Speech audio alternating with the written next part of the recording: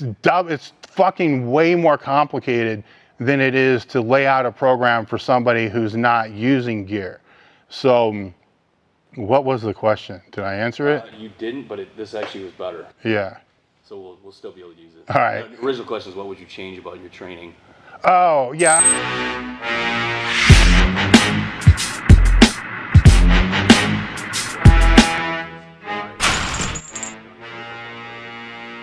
But the first part, what would you change training? I did my first. This is people are sometimes, they I can't blame them because, there's 20 years of company history on the internet, and then most of my training was done before the fucking internet was even, a thing.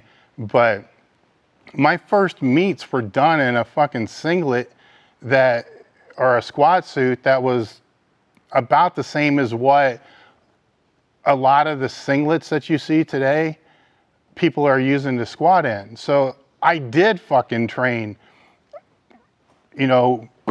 with no gear for years, and then the gear I did use was single ply and really didn't fucking help a lot.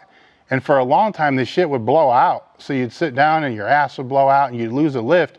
So then you had to start wearing the shit a little bigger. So it really couldn't help that much.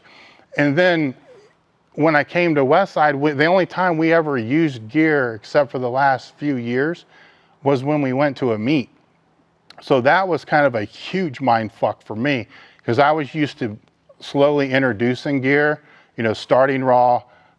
I didn't even call it raw, just starting without gear, I guess is what we called it, for 4 weeks. And then you would add briefs for 4 weeks. And then you would add wraps, with the briefs. Then the last 3 weeks would be wraps, brief, suit.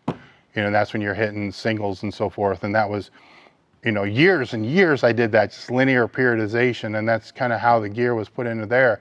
But that was, for the squat. Then all the other exercises, which were 80% of the program, were raw.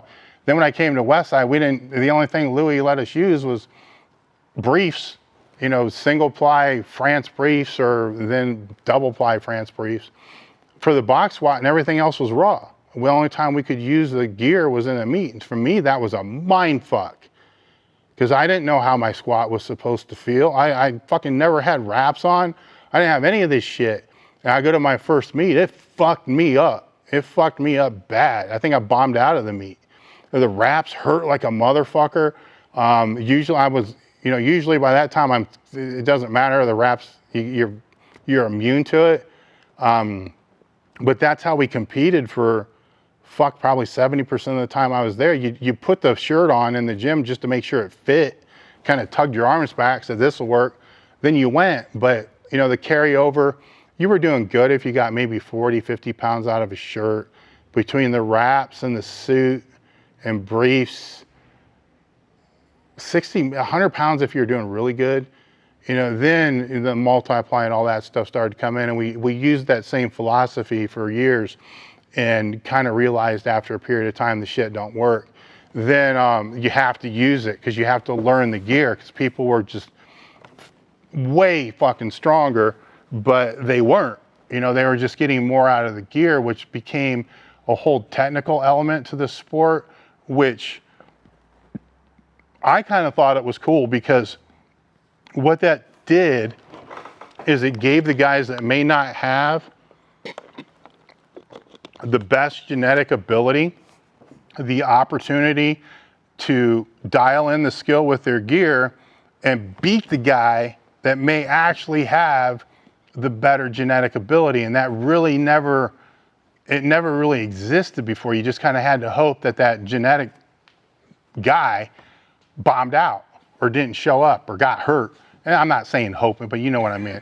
But this way, if that person didn't learn how to optimize their gear, then they would get a fucking shitty, 20, 30 pound carryover, where the other guy may end up getting a 100 pound carryover, and they just fucking beat them by 80 pounds, but they're not stronger. Their skill set is higher. And I thought that was kind of cool, because it was adding a skill set into a sport that really didn't have one. But obviously it didn't last, because everybody's raw now. But where it became really, really fucked up is the whole program, the whole conjugate program was all based upon only really using the gear out of meat. So now we had to figure out, holy fuck, how do we build in? And it's still way more complicated than people make it out to be, because a lot of times if it's a squat suit or a bench shirt, it may take 90% just to get the shit to touch. So now you got to factor in, where do you put that 90% lift into a training program? Because it's all give and take without actually fucking up the training program. Because now you're trying to, it's fucking way more complicated than it is to lay out a program for somebody who's not using gear. So what was the question? Did I answer it? You didn't, but this actually was better. Yeah. So we'll still be able to use it. All right. The original question is, what would you change about your training? Oh, yeah, I wouldn't change anything, because, you know, it's, I competed in what I can, you know, the thing is, when I came into the sport, it may have been a federation split before I came in, but all I knew when I came in was the USPF. That was it. All I knew was one federation. Maybe the AAU was still around, but, you know, shortly thereafter, very quickly thereafter, it kind of split and became, I believe, the ADFPA and the APF. So then there was basically two, you know, one drug-free, one not drug-free. You know, most of the guys that I trained with went through the APF route. That's the route I went through. And then the longer I stayed in that route, even being drug-free at that time, the longer I stayed in that route, and this is a very loose generalization, so I'm not saying that the whole federation, but there were a ton of people competing in so-called drug-free federations when I was coming up in high school and before Westside, that they weren't fucking drug-free.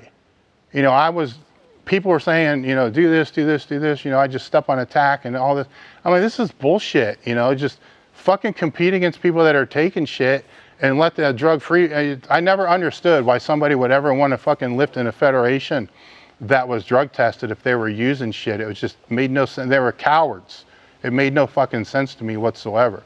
So, but that was me. So now, 10 years later, there's 300 fucking federations, and then things got all fucked up on, you know, where you were going to compete, what federation you thought was going to have the better lifters, and, you know, and it's just kind of gotten worse from there, and now it's getting a little bit better again.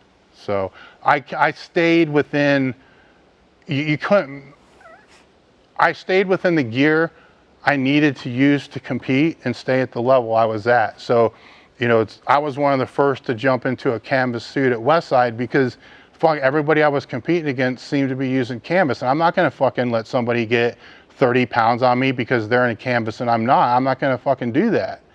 You know, it's one of the things that I talked about in an earlier video is when I came to Westside, it was after an injury, and that injury made me really, really think about if I wanted to stay in the sport or not stay in the sport. And one of the questions that I decided for myself when I decided to stay in the sport is, when I leave the sport, I never want to look back and say, what if? If I didn't jump into the best gear that everybody else was using, I'd be sitting here today saying, well, what if I would have used that? Fuck that. I'm not, I don't say that. You know, I don't have that. You know, even, you know, there's nothing in the sport that I look back on and say, what if I would have done that? Not a fucking thing. And I can go to my grave with that, and I'm happy with that.